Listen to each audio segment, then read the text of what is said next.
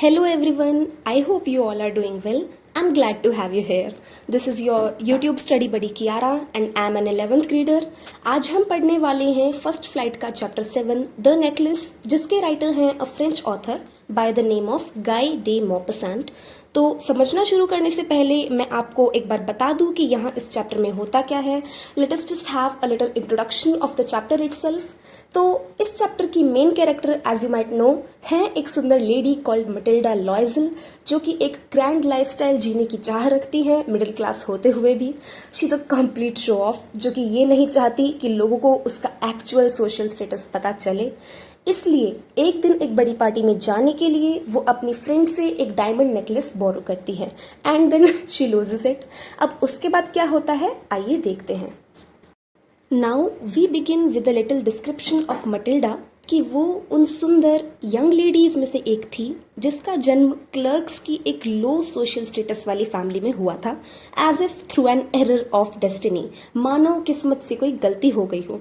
एक तो वो पैदा ही मिडिल क्लास हुई थी, दूसरा उसके पास इतनी डाउरी यानी दहेज या पैसे नहीं थे, और ना ही कोई ऐसा रास्ता था जिससे उसकी जान पहचान और शादी किसी ऐसे आदमी से हो जाए जो या तो अमीर हो या डिस्टिंग्विश्ड हो यानी वेल नोन हो, काफ़ी पॉपुलर हो। इसलिए उसको एक पेटी यानी मामूली से क्लर्क से शादी करनी पड़ी, जो कि एजुकेशन बोर्ड के ऑफिस में काम करता था। उसकी एक सिंपल सीधी सादी लाइफस्टाइल थी, पर वो इस जिंदगी से खुश नहीं थी। शी सफ़र्ड इंसेसेंटली यानी कंटिन्यूअसली, लगातार बेचारी बहुत दुखी रहती थी। उसे लगता था कि वो डेलिकेसीज और लग्जरीज यानी आरामदायक ज़िंदगी के लिए पैदा हुई है।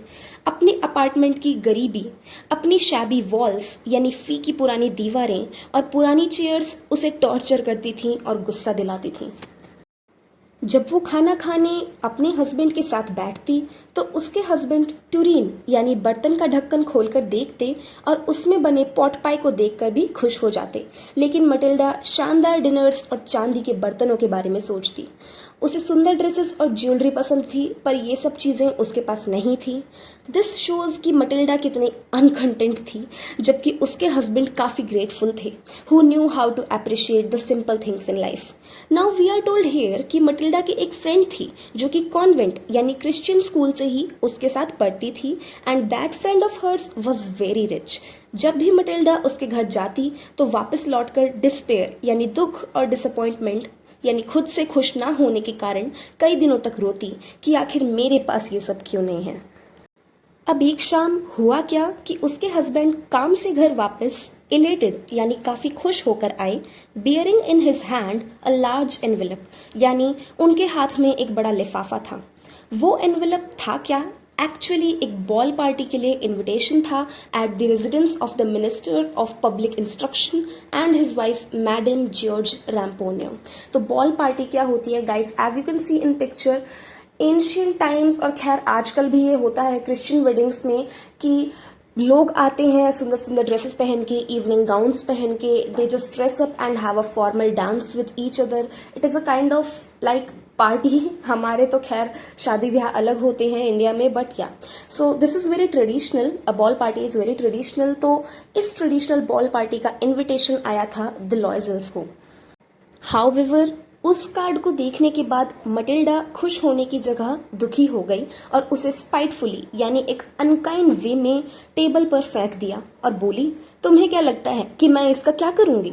Now her husband had been hoping कि इतनी बड़ी पार्टी में जाकर उसे अच्छा लगेगा। आफ्टर ऑल वो ऐसी बड़ी बड़ी चीज़ों की, लग्जरीज की शौकीन है, बट लेकिन ऑल इन वेन, ऐसा कुछ नहीं हुआ। इनफैक्ट वो और उदास हो गई। वो उससे बोलते हैं कि इट इज़ वेरी सिलेक्ट यानी कि ये इन्विटेशन हर किसी को नहीं मिलता और बहुत ही कम एम्प्लॉयज़ को ये मिला है।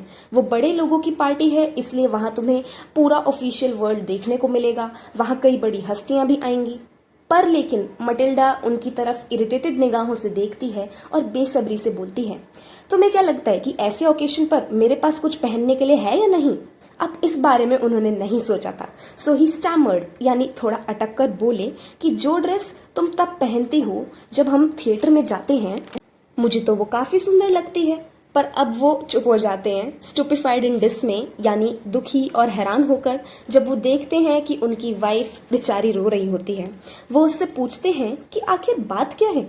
तो बड़े ही वायलेंट एफर्ट यानी बड़ी ही मुश्किल से वो अपने वेक्सेशन को यानी दुख को संभालती है और अपने गालों को, अपने आंसुओं को पोंछते हुए एक शांत आवाज़ में बोलती है कि कुछ नहीं, बस मेरे पास कोई ड्रेस नहीं है, एंड कंसिक्वेंटली यानी एज अ रिजल्ट मैं इस अफेयर में नहीं जा सकती। इसलिए तुम इस कार्ड को अपने ही किसी कलीग यानी साथ में काम करने वाले को दे दो जिसकी वाइफ मेरे से बेटर फिटेड हो यानी ज़्यादा बढ़िया कंडीशन में हो। Now her husband was very grieved यानी ही वॉज वेरी सैड, पर वो फिर भी बोले कि चलो देखते हैं एक सूटेबल पोशाक कितने पैसों में आएगी, कुछ ऐसा जो कि और ओकेशंस पर भी पहनी जा सके। गाइज ऐसा मिडिल क्लास फैमिली में भी होता है ना, लाइक मेरी फैमिली में तो है ऐसा। हम कोई भी ड्रेस खरीदते हैं तो हम हमेशा यही सोचते हैं कि ये ड्रेस ऐसी हो जो कि हर ओकेशन पर अच्छी लगे। तो वैसा ही मिस्टर लॉयजल ने भी मटिल्डा से कहा। तो उनके ऐसा कहने पर मटिल्डा ने कुछ सेकंड्स के लिए रिफ्लेक्ट किया यानी सोचा मन मन में एक ऐसे सम के बारे में जो कि वो उनसे मांग सके, लेकिन इतना हो जिससे उसे इमीडिएट रिफ्यूज़ल यानी मनाही और एक फ्राइटेंड एक्सक्लेमेशन यानी डर के हैरानी से वो इकोनॉमिकल क्लर्क यानी पैसों के बारे में सोच समझकर चलने वाला क्लर्क उसे मना ना कर दे। यहाँ पर इकोनॉमिकल क्लर्क किसे कहा गया है गाइस? मिस्टर लॉयजल को। Why this was so? Because वो मिडिल क्लास फैमिली से थे, वो रिच नहीं थे, तो वो पैसों के बारे में हमेशा बहुत ही सोच बूझ कर उन्हें खर्च करते थे। सो ही वॉज वेरी इकोनॉमिकल, तो इसीलिए वो महंगी ड्रेस ज़्यादा अफोर्ड नहीं कर सकते थे। फाइनली वो एक हिचकिचाती हुई आवाज़ में उन्हें बताती है कि वो श्योर होकर तो नहीं बता सकती, पर उसे लगता है कि 400 फ्रैंक्स से काम चल जाएगा। फ्रैंक्स क्या होती है? फ्रांस की currency. Now her husband turned a little pale यानी वो थोड़ा डर गए, क्योंकि उन्होंने इतने ही पैसे यानी 400 फ्रैंक्स एक गन खरीदने के लिए बचाए थे ताकि वो अगले समर कुछ हंटिंग पार्टीज़ में हिस्सा ले सकें, कुछ ऐसे दोस्तों के साथ जो कि संडेज़ को लाक्स, ये एक ऐसी बर्ड होती है जिसकी पिक्चर आपको दिख रही होगी अभी यहाँ पर, वो लाक्स को शूट करने जाते थे।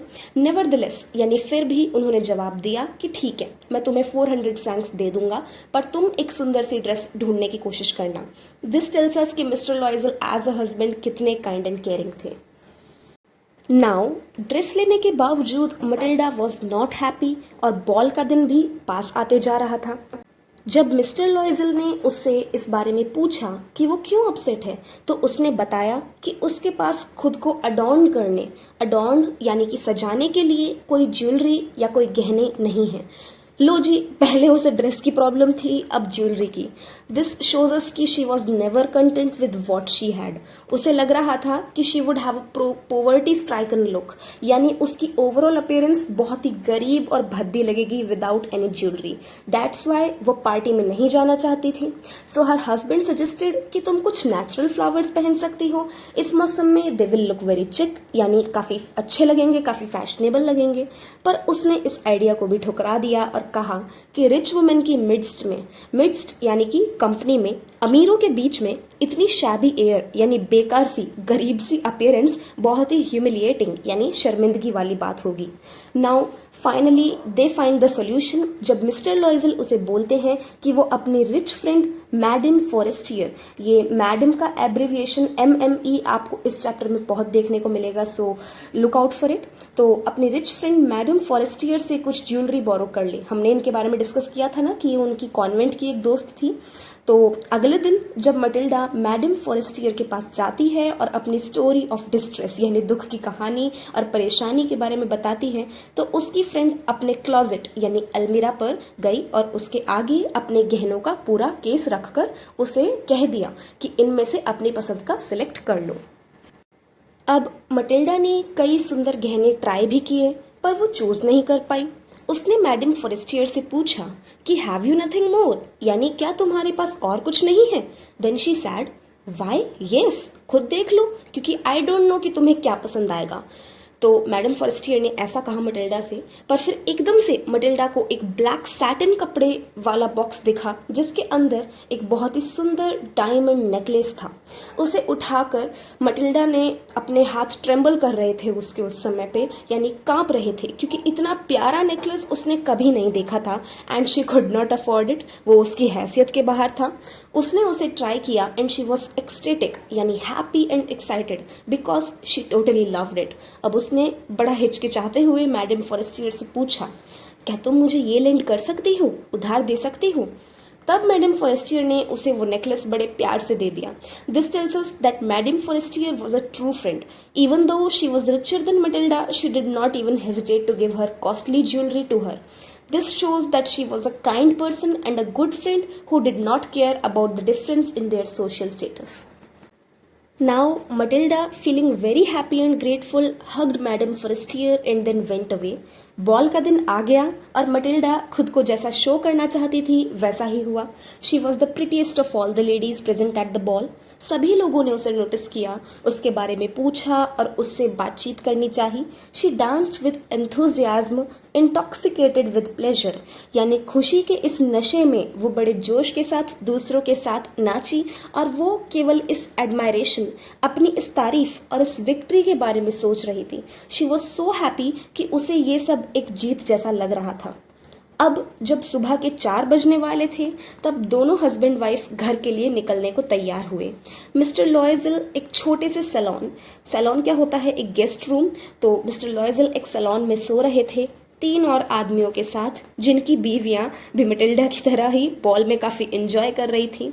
The men were not interested in the dancing and those other things like their wifes and were actually very bored as they did not have much to do.